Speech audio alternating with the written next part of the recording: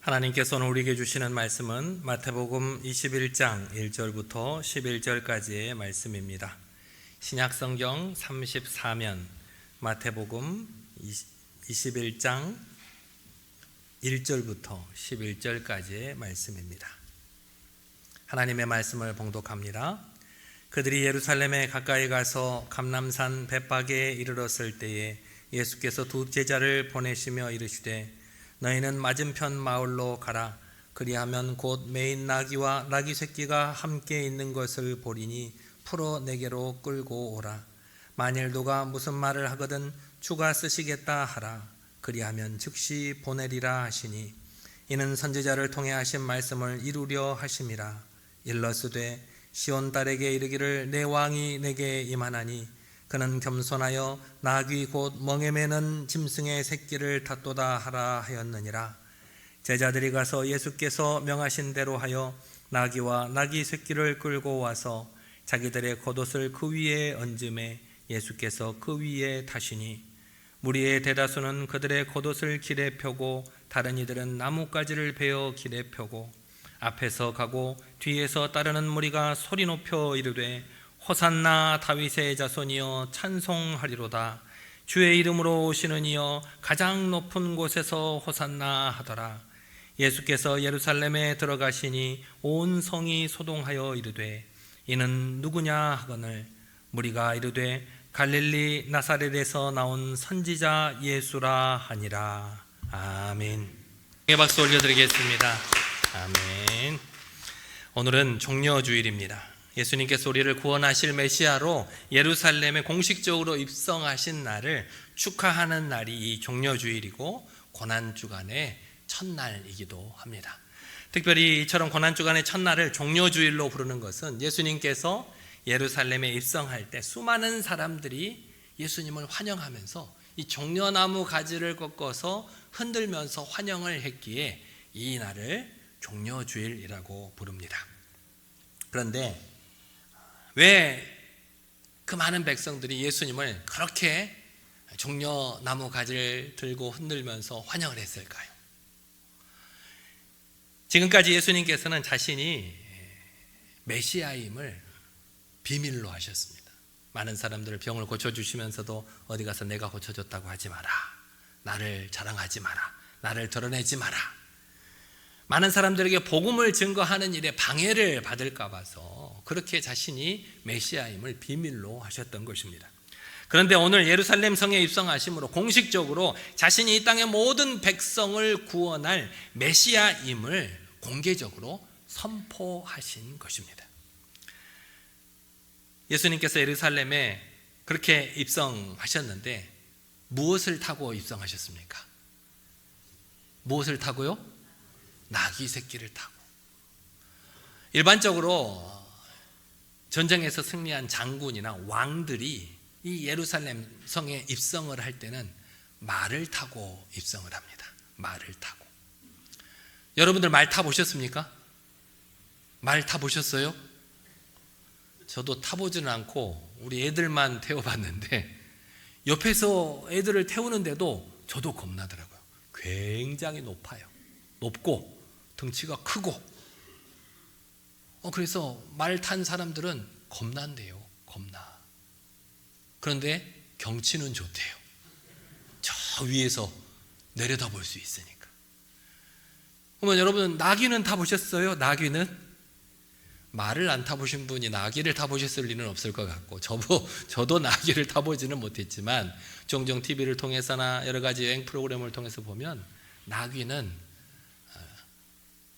말처럼 크지 않아요. 조그만하고 주로 산골 지방에 차가 없는 곳에 도로가 있지 않는 곳에 짐을 실어 나르는 용도로 나귀를 사용하는데 그 나귀를 타면 그렇게 무섭지는 않을 것 같아요. 우선 작아요. 땅에서 가까워요. 그리고 그렇게 위협적이지 않아요. 나귀 타고 가는 모습, 말을 타고 가는 모습은 보면 더그덕 하면서 위험 있게 지나가는 사람들이 모두 비껴날 정도로 위협감을 느껴지는데 이 나귀를 타고 가는 사람은 네가 좀 비켜가 그런 정도로 위협감이 느껴지지 않아요. 그런데 예수님께서 오늘 그 나귀도 아닌 나귀 새끼를 타고 예루살렘 성으로 들어오셨다고 했어요. 이제 좀 힘이 나서 짐을 실을 만한, 사람을 등에 얹을 만한 그런 나귀 새끼를 타고 예수님께서 예루살렘 성으로 입성하셨다는 것입니다. 그 말은 무엇이냐? 우리를 다스리는 왕으로 이 땅에 오신 것이 아니라 우리를 섬기기 위한 종으로 이 땅에 오셨음을 선포하신 것입니다. 다른 많은 장군들이나 왕들이 예루살렘 성에 말을 타고 입성을 해서 많은 사람들의 환영을 받지만 예수님께서는 어린 나귀 새끼를 타고 예루살렘에 입성하셨습니다. 그럼에도 불구하고 많은 사람들이 환영을 합니다. 환영할 때 호산나 다윗의 자손이여 호산나라고 많은 사람들이 외칠 때 그 사람들의 마음에는 어떤 기대가 있었을까요? 예수님께서 이제 우리의 왕이 되어 주셔서 억압받고 있는 로마의 압제에서 우리를 해방시켜주는 그런 다스리는 왕이 되실 줄 믿고 그 예수님을 호산나 하고 열심히 외치면서 종려나무 가지를 흔들면서 예수님을 환영했다는 것입니다. 예수님께서 십자가 예루살렘 성에 들어가신 것은 자신의 사명을 완수하기 위해서였습니다. 예수님께 맡겨진 사명이 무엇입니까? 십자가에 못 박혀 죽으심으로 그 죄를, 죽을 수밖에 없는 우리의 죄를 그 피로 대속하게 하는 것이 예수님의 사명이었습니다. 이 사명은 오로지 예수님밖에 감당할 사람이 없습니다. 예수님께서는 그 사명을 감당하기 위해서 온갖 조롱과 핍박과 고난을 받으셔야 했고 자신의 목숨까지 내어 놓으셨습니다. 인간적으로 볼 때 이 고난은 너무나도 감당하기 힘든 고난이었습니다. 그래서 예수님께서는 오늘 종려주일에 그 십자가의 사명, 자신에게 맡겨진 그 섬김의 사명을 감당하기 위해서 커다란 말을 타고 입성하신 것이 아니라 작은 어린 나귀 새끼를 타고 예루살렘 성에 들어가신 것입니다. 예수님께만 사명이 있는 것이 아닙니다. 여기 있는 목사인 저만 사명이 있는 것이 아니라 하나님을 믿는 모든 사람에게는 각자에게 맡겨진 사명이 있습니다. 그것이 크든 작든 예수님 하나님께서 우리 각자에게 사명을 맡겨주셨다는 것입니다. 그 사명을 감당하기 위해서 여러분을 여러분의 가정에 보내셨고 여러분의 학교에, 때로는 여러분의 직장에, 여기 우리 동암교회에 보내셨다는 사실을 깨닫고 그 사명이 무엇인지 주님께 묻고 그 사명에 순종하는 여러분 모두가 되시기를 바랍니다. 왜 하나님께서 이 세상의 수많은 사람들 가운데서 나를 불러주셔서 하나님을 만나게 하시고 하나님을 섬기게 하셨을까? 왜 나를 선택하셔서 장로가, 또 권사가, 안수집사가, 또 서리집사가 되게 하셨을까?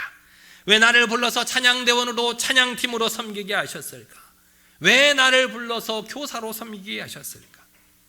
왜 하나님께서 나를 불러서 우리 교회의 여러 가지 일에 헌신하게 하셨을까? 내게 주어진 사명이 무엇이든 그 사명은 전적으로 하나님의 영광을 위해서 주어진 사명입니다. 지난주에 말씀드린 바와 같이 여러분에게 축복하고 여러분에게 풍성한 은혜를 베푸시는 것도 그 하나님의 영광을 드러내기 위함이라고 지난주에 말씀을 드렸습니다. 우리에게 맡기신 사명, 가정에서, 학교에서, 직장에서, 우리 교회에서 맡기신 사명도 하나님의 영광을 위한 사명이고 하나님의 나라를 위한, 복음을 위한, 몸된 교회를 위한 사명임을 잊지 마시기를 바랍니다. 오늘 예수님께서 예루살렘 성에 입성하시면서 하나님께서 자신에게 맡겨주신 사명을 감당하기 위해서 자기 자신을 포기하셨습니다.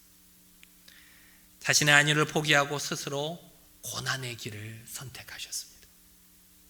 제자들은 예루살렘 성으로 입성한다니까 많은 제자들도, 많은 사람들도 기뻐하고 좋아했지만 사실 예수님께서는 그 예루살렘 성에 입성하시는 것이 탐탁지 않으셨습니다.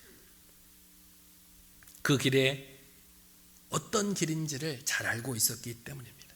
그럼에도 불구하고 예수님께서는 그 고난의 길을 선택하셨고 또 자신을 죽이기로 작정하시고 자신의 몸을 내어주셨습니다. 이렇게 하나님께서 맡기신 사명을 온전하게 감당하기 위해서는 나 자신을 내려놓을 수 있어야 됩니다. 내가 살아있고 내 욕심이 살아있는 사람, 내가 먼저인 사람은 결단코 주님께서 나에게 맡겨주신 사명을 감당할 수가 없습니다. 예수님께서 자신에게 맡겨주신 사명, 이 땅의 모든 백성들의 죄를 대신해서 십자가에 달려 대속의 제물이 되기 위한 이 사명을 감당하기 위해서 예수님께서는 그 밤에 겟세마네 동산에 가서 간절히 기도하셨습니다. 예수님께서도 그 십자가를 지는 것이 마음에 들지 않았습니다. 기도하시면서 이 잔을 내게서 지나가게 하실 수는 없는지 하나님께 물었습니다. 우리와 똑같은 마음입니다. 하지만 그럼에도 불구하고 주님의 뜻대로 하소서, 하나님의 뜻대로 하시기를 고백한 예수님을 볼 수가 있습니다. 그래서 자신에게 맡겨진 그 사명을 잘 감당하기 위해서 간절히 기도했습니다. 땀방울이 핏방울이 되기까지 간절히 기도했습니다. 여러분도 예수님처럼 여러분 각자에게 맡겨주신 사명이 무엇인지를 깨닫고 그 사명을 잘 감당할 수 있도록 간절히 기도하는 여러분 모두가 되시기를 바랍니다. 그래서 이번 특별 고난주간에는 특별 새벽 기도회가 있습니다. 월요일부터 금요일까지 특별 새벽 기도회가 있고, 금요일 저녁에는 성금요 기도회, 예수님께서 돌아가신 날을 기념해서 성금요 기도회로 우리가 예배를 드립니다. 여러분들 이 특별 새벽 기도회, 성금요 기도회에 나오셔서 간절히 기도하심으로 나에게 맡겨진 사명이 무엇인지를 주님께 묻고 그 사명에 온전하게 충성할 수 있는 여러분 모두가 되시기를 바랍니다. 새벽에 일찍 일어나는 것이 힘들겠지만 그것은 나를 위해서 십자가에 주님께서 달리셔서 살이 찢기시고 피를 흘려주신 고난에 비할 바가 못 됩니다. 이 기간 동안에는 여러분들이 특별히 삶을 좀 계획적으로 살으셔야 됩니다. 저는 이 특별 새벽기도 기간이면 모두 다 9시면 불 끄고 자라고 합니다. 9시면 불 끄고 자라. 애들도 어른들도 9시면 모든 불을 꺼야 됩니다. 모든 불을 끄고 자라. 그래야 아침에 일찍 일어날 거 아니에요. 왜 9시에 자라고 할까요? 9시에 누우셔도 잠이 올까요? 안 올까요? 안 와요. 불을 끄고 누워있으면 뒤척이다가 10시 정도 되면 그래도 잠이 들어요. 그래서 여러분도 마찬가지고 여러분의 자녀들도 그렇게 해서 아침에 일찍 일어나게끔 9시면 우리 불 끄고 잡시다 라고 약속을 합니다. 서로 친한 분들끼리는 아침에 모닝콜을 해주셔도 좋습니다.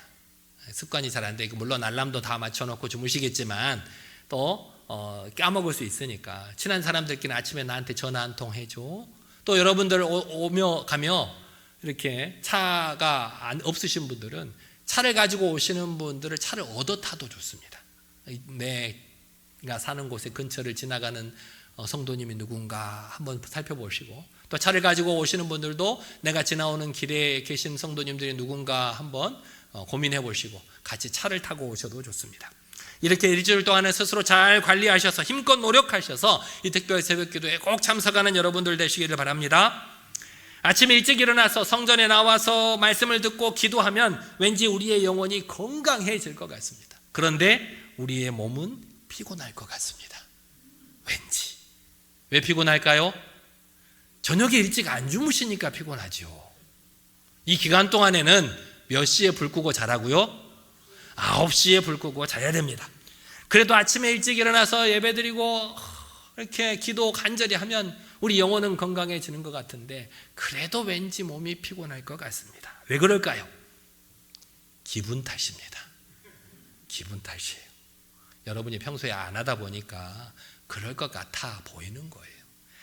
사실 새벽에 일찍 일어나서 이렇게 기도한다는 것들이 평소에 자기가 일어나는 시간이 아닌 다른 시간에 일어나서 또 예배를 드리는 것이 쉽지 않은 것입니다.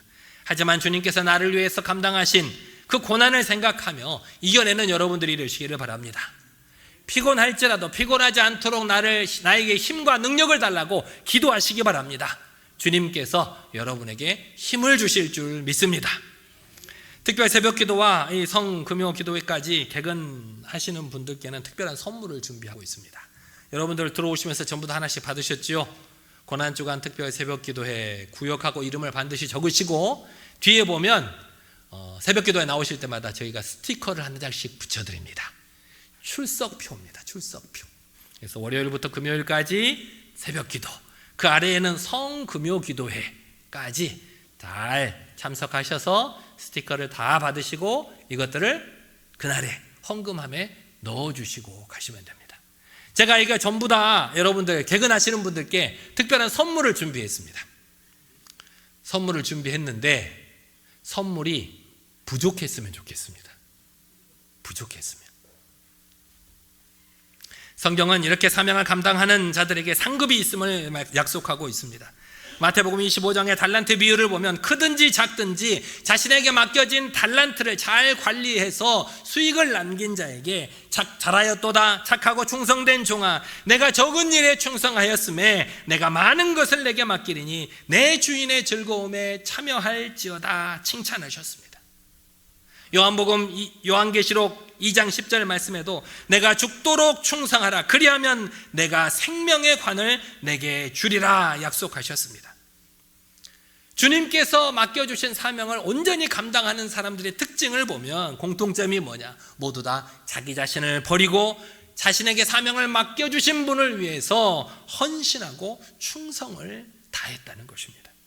그분에게 무엇을 바라보고 헌신하고 충성한 것이 아니라 나를 위해서 죽으신 예수님을 사랑하는 마음으로 그 예수님께 충성하고 헌신했다는 것입니다.